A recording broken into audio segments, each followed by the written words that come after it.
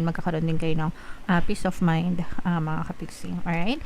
And again, no, ito'y kasaganaan talaga, mga kapiksi. So, kung may nawala sa inyo guys, meron din namang bumabalik, and yung sabi ko nga guys, no, labis-labis yung babalik sa inyo, mga kapiksi. So, wag nyo masyadong panghinayangan, wag nyo masyadong habul-habulin yung mga nawala, no, minsan tulong na lang ganun na lang yung isipin nyo, diba? Lalo na pag may umutang. At saka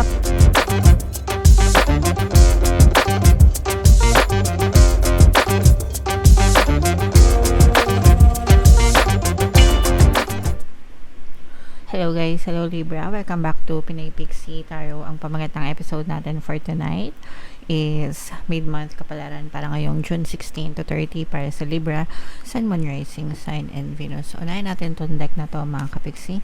Tingnan natin yung mga mensahe sa inyo or yung mga paparating sa inyo guys ngayong June 16 to 30.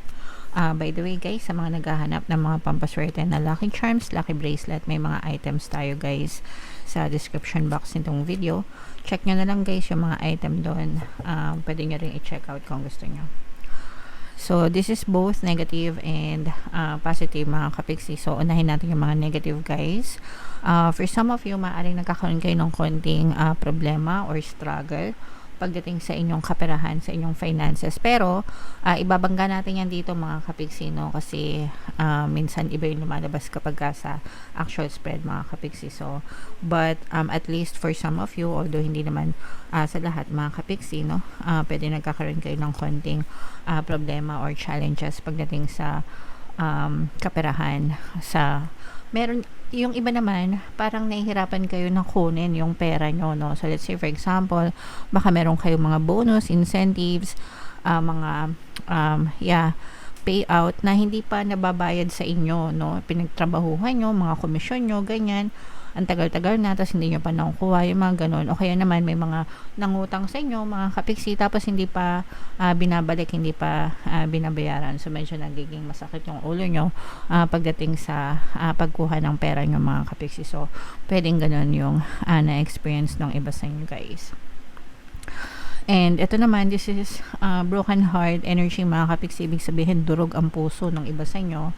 Pwedeng sa relationship, mga kapiksi, no? Pwedeng meron kayong relationship problems, guys. So, kaya naman, problema sa buhay in general, mga kapiksi, na parang medyo mabigat sa damdamin nyo yung pinagdadaanan nyo, guys. Okay? And so, ito naman syempre, it takes time para mag-heal yung mga sugat, mga kapiksi, hindi yan minamadali. Pero dito sa ating channel guys, no, meron tayong Ho'oponopono and self-love na subliminal. Pinaka the best na combo yan guys kapag broken hearted kayo, mga kapiksi. And ito naman, this is a positive energy guys. Ibig sabihin, meron kayong mga pinag-iisipan, meron kayong mga pinaplano, mas nagiging logical kayo, mga kapiksi. Ibig sabihin, mas pinapagana nyo yung isip nyo as of now kaysa sa emosyon nyo, guys, or at least you're trying to overcome yung pagiging broken hearted nyo, guys, sa pamamagitan ng pagiging logical, mga kapiksi. Okay? Alright. So, yeah. Comment down below, guys, if feeling nyo may nakaresonate sa inyo dyan. Mga kapiksi, tingnan natin yung ganap sa inyo ngayong June 16 to 30 guys. Shuffle natin to. Habang sinashuffle ko to, mga kapiksi, panoorin nyo muna yung video natin regarding sa ating paano mag-manifest ng abundance video course. Kapiksi, sawa ka na ba sa mga struggles at hirap sa buhay mo? Masipag ka ba at masikap sa buhay ngunit hindi ka pa rin umaasenso? Ilang beses ka na bang nag-attempt magnegosyo at mag-invest pero palagi ka pa rin nalulugi? Sa pagkakataon na ito ay maaaring may subconscious beliefs ka na nagiging balakid sa iyong pag-unlad at pagyaman. Introducing, paano mag-manifest ng abundance video course.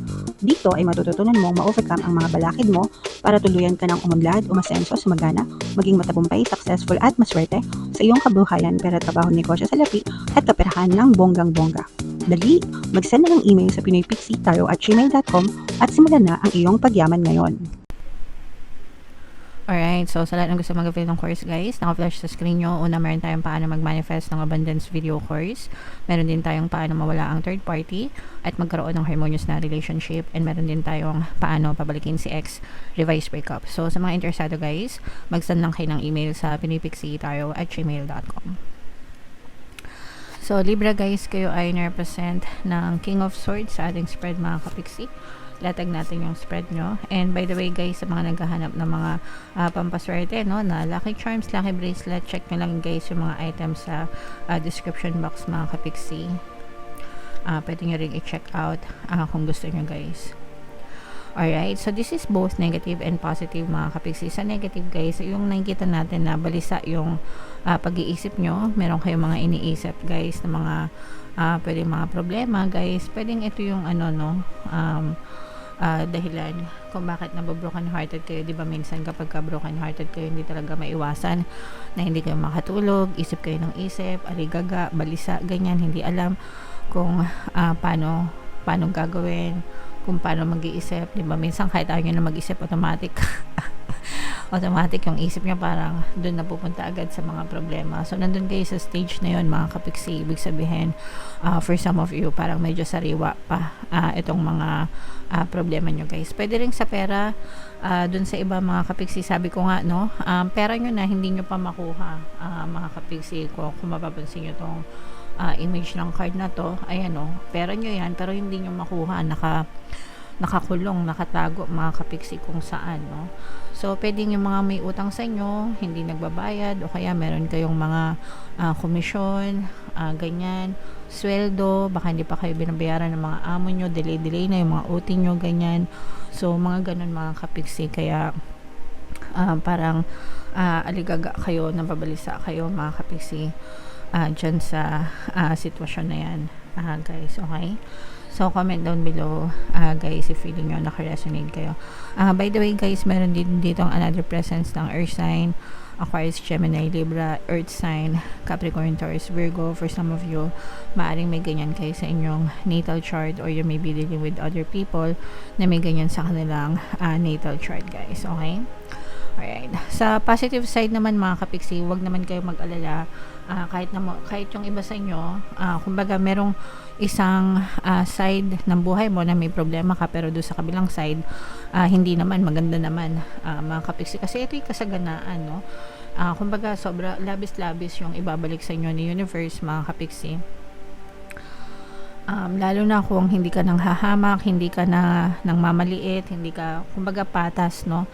Nasa patas ka, nasa tama yung gawain mo mga kapiksi, and masipag at masikap ka sa buhay mo, hindi ka papabayaan ni universe yung magbabalik ng mga blessings, si universe yung magbabalik ng kasaganaan sa inyo guys, okay? So these are, for some of you, pwedeng good karma nyo rin ito guys, no? Kaya importante talaga na kahit ano pa yung sitwasyon na pinagdadaanan natin, always choose kindness mga kapiksi, di ba?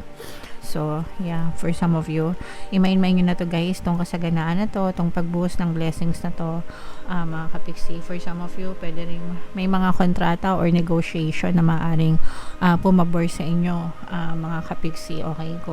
Kung meron ka mga projects na nililigawan, mga kliyente na nililigawan, ganyan, maaring mapush yung mga pirmahan ng kontrata guys, and maaring maging pabor sa inyo yung sitwasyon. Alright? So, what else mga kapiksi?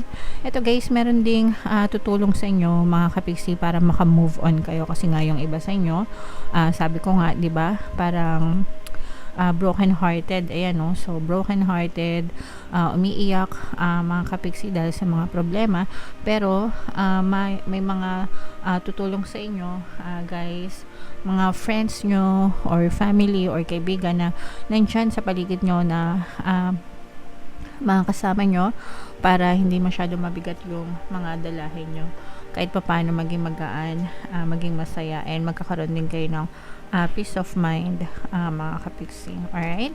And again, no, ito yung kasaganaan talaga mga kapiksi. So kung may nawala sa inyo guys, meron din namang bumabalik, and yung sabi ko nga guys, no, labis-labis yung babalik sa inyo mga kapiksi. So wag nyo masyadong panghinayangan, wag nyo masyadong habul-habulin yung mga nawala, no, minsan tulong na lang eh.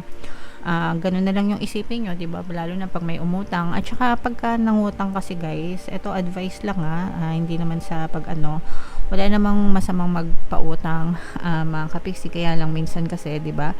Hindi maiwasan na sumama yung loob natin kapag hindi binabalik sa atin yung inutang, kaya nga utang, di ba? Nandun tayo sa assumption na pag inutang babayaran, pero meron talagang case na hindi nababalik di ba? So para hindi sumama yung loob nyo, yung ipautang nyo, yung halaga na kayang-kaya nyong mawala. Let's say, for example, nangungutang sila 5,000. Mabigat sa loob mo kasi malaki yung 5,000, di pahiramin mo ng 1,000, kaya 500. Mars, ito lang yung kaya ko, pasensya ka na. Sa iba mo na lang punan yung kulang, pero hanggang 1,000 lang yung kaya kong ibigay. Yung mga ganun, at least kahit papano nakapagbigay ka, nakapagpautang ka, 'di ba? Kung hindi ka mabayaran, hindi masyadong masakit sa loob mo kasi medyo lang, 'di ba? Nagets niyo ba yung ibig sabihin? Kung ini-stylean nila kayo, stylean niyo din sila mga kapiksi. Pero eto guys, no, si universe yung magbabalik sa inyo ng mga halaga na nawala sa inyo, and labis-labis yung babalik sa inyo, kaya wag niyo na masyadong panghinayangan guys yung mga nawala sa inyo mga kapiksi, okay? Alright, so comment down below mga kapiksi if feeling nyo naka-resonate kayo, i-main nyo na to guys, tong mga kasaganaan na to, kaperahan, labis-labis na biyaya mga kapiksi, no? I-main nyo yan sa comment section. Yan yung strongest energy nyo guys. So bunot lang tayo, ito pala, mali ako ng deck. Bunot lang tayo ng isa pang card guys para sa inyong additional na mensahe mga kapiksi. So basahin ko lang guys. When I accept the love of the universe as my primary teacher, I will always be guided back to the light. So always focus on love mga kapiksi, no? Always choose kindness, always choose love, always choose happiness, always choose the light mga kapiksi. You can never go wrong guys kapag palagi tayo nagfo-focus sa kabutihan, sa kabaitan, sa kagandahan ng loob, kagandahan ng ugali mga kapiksi, no? Kapag yan talaga yung pinairal natin sa ating buhay, magiging magaan ang ating pamumuhay sa kahit anong aspeto pa mga kapiksi. So iwasan na natin guys yung pangbabash, iwasan na natin yung pagiging nega, yung pagiging sawsawero, sawsawera sa mga kanigahan sa mundo, no? Iwasan natin yun mga kapiksi, kasi yung mga maliliit na habit na yun guys, hindi nyo alam laki ng epekto nyan sa buhay nyo. So always choose kindness mga kapiksi. Alright, so comment down below guys if feeling nyo naka-resonate kayo dyan. And etong magaganda dito guys, i-mind nyo na sa comment section. For more tarot readings, ito yung playlist nyo. Ito naman yung ating success stories ng paano mag-manifest ng abundance video course. Thank you for liking, sharing, and subscribing guys. See you next time. I love you all mga kapiksi. Have a nice day. Bye-bye.